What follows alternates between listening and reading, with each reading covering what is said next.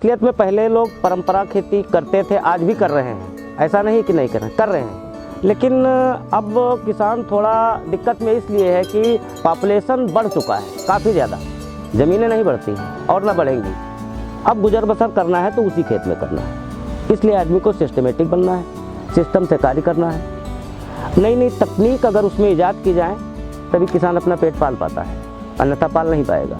हमारे चाचा कई थे, अब हम कई लोग हैं, हमारे बेटे कई लोग हैं, तो वो जो हमारी हेक्टेयरों में ज़मीनें थी वो एकड़ों में आकर के उसके बाद अब बिसुए में हो गई हैं। तो हम लोग परेशान हैं, कोई दिल्ली भागता है, कोई पंजाब भागता है। अपनी जीविका चलाने के लिए गेहूं और धान की खेती करते थे, आज भी करते आ रहे हैं, लेकिन अब ज़रूरत के हिसाब से खर्चा बढ़ रहा है तो आदमी को कुछ ना कुछ करना पड़ता है एक्स्ट्रा में। तो अब थोड़ी थोड़ी खेती में परिवर्तन हो रहा है। जैसे पहले बाप बाबा भी गेहूं धान की खेती करते थे, आज भी कर रहे हैं। हमने थोड़ा उसको दूसरी लाइन पे मोड़ने की कोशिश की है। पहले जो खेती हमारे बाप बाबा कर रहे थे गेहूं धान की, उस समय आदमियों के पास जानवर ज़्यादा थे, उनको कंपोस्ट मिल रही थी, खाद मिल रही थी, जो डीएपी और यूरिया की ज़रूरत नहीं थी। तो हमारे जैसे किसान अब जानवर पालना नहीं चाहते, उसको छोड़ के भगा देते हैं तो उनको खाद नहीं मिलेगी, तो ज़्यादातर आदमी भागता है डीएपी और यूरिया के ऊपर। इसमें आदमी की लागत ज़्यादा आती है, बचत कम होती है।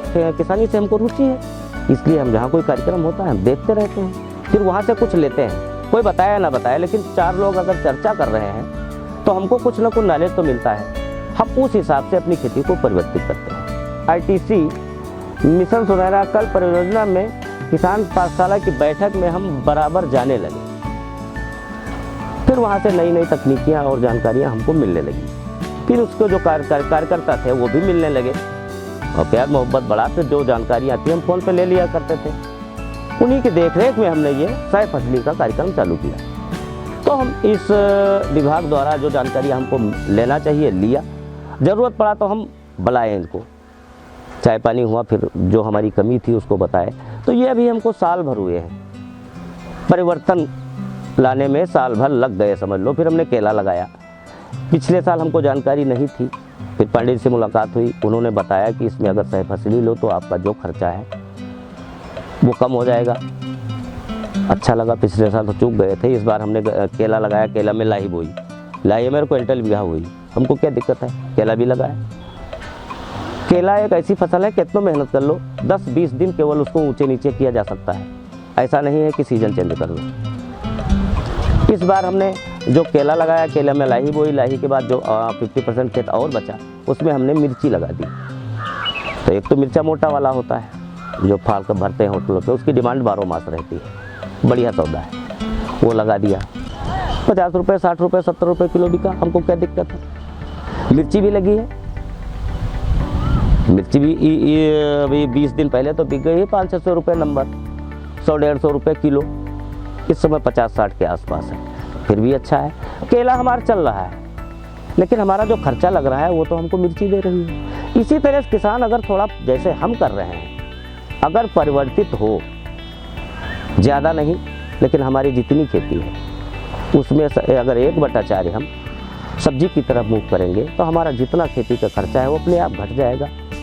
जैसे हाथी जानवरों में सबसे बड़ा है, ऐसे इंसान इस पृथ्वी पे सब चीज़ से बड़ा है। हाथी कभी पैर नहीं रखता है कीचड़ में, पता लगाता है धंस तो नहीं जाएंगे, ऐसे किसान करता है। जब सही बगल वाला हम कर रहे हैं, हमको देखेगा कि ये इससे कुछ फ़ायदा ले रहा है तभी पैर रखेगा।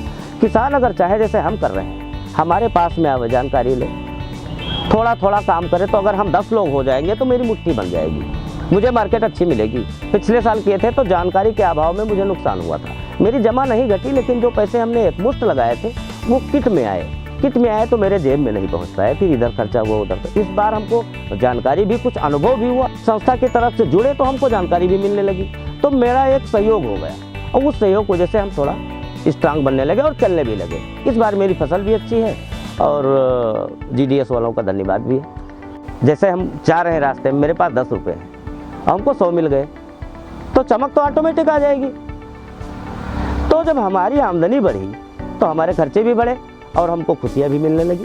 भाई जो सामान हम सोच विचार कर खरीदते थे आज हम तड़ातड़ निकाल रहे हैं, तो जो मेरे पास है वो भी मेरी मेहनत का है। तो मेहनत का फल तो मीठा होता है। जब मेरे पास पैसे आने लगे तो हम और खाद वाद से खर्चा करने लगे, फिर जो है मेरे पास मेरे पॉकेट में भी रहने लगे। पहले किसी सेठ के यहाँ जाना पड़ता था, भैया मुझे खाद दे दो, तो डालनी हमको आज है, पड़ती थी 3 दिन बाद। जो किसान पहले मुझे अन्यथा में ले रहे थे, आज मुझसे वो सलाह ले रहे हैं। मैं वो छोटा किसान हूँ, लेकिन जानकारी के लिए एक बार पूछते हैं, तब भी हमको खुशी मिलती है कि कैसे कैसे क्या करना है। जो मुझे जानकारी होती है मैं बता देता हूँ। जो पुश्तों से खेती कर रहे थे उसमें जो बदलाव आया है, उसमें ITC मिशन सुनहरा कल का सबसे बड़ा योगदान है, क्योंकि जो जागरूक कर रहे हैं किसानों को, ये समझिए मूल मंत्र है, सही तरीका है खेती करने के लिए। तो मैं तो भाई धन्यवाद करूँगा इस संस्था का, जिन्होंने मुझे ज्ञान दिया है, जिसके वजह से हम आज अपनी परंपरागत खेती से थोड़ा हट करके खेती कर रहे हैं, जिसमें मुझे मुनाफा हो रहा है।